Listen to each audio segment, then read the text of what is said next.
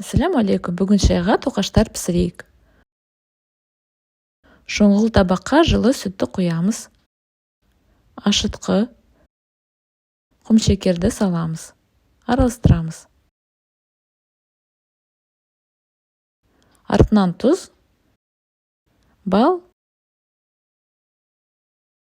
және пісте май қосамыз. Тағы да араластырамыз.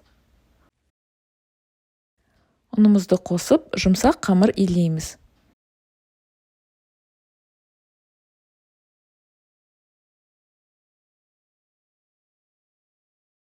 Бетін жауып, жылы жерге 1 сағатқа қоямыз. Салмасын дайындайық. Ол үшін ірімшікке жұмыртқа, құмшекер, ваниль қантын қосамыз. Жақсылап араластырамыз.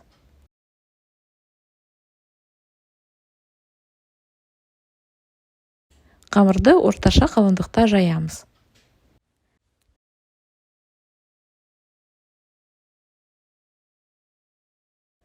Бетіне жұмсақ сары май жағамыз. Үстіне ірімшікті салманың барлығын біркелкі төсеп шығамыз. Қаласаңыз жаңғақ немесе мейіз қоссаңыз болады. Дөңгелектеп ораймыз. Содан соң жіптің көмегімен ораманы тоқаштарға бөлеміз.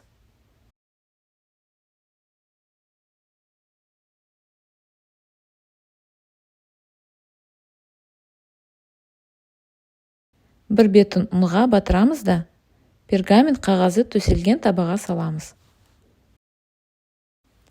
Бетін жауып, 20 минут көтерілгенше қойып қоямыз. Тоқаштардың бетіне жұмыртқаның сарысын жағамыз.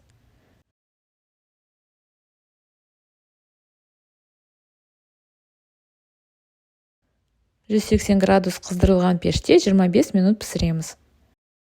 Дайын болған тоқаштардың бетіне мен сироп жақтым.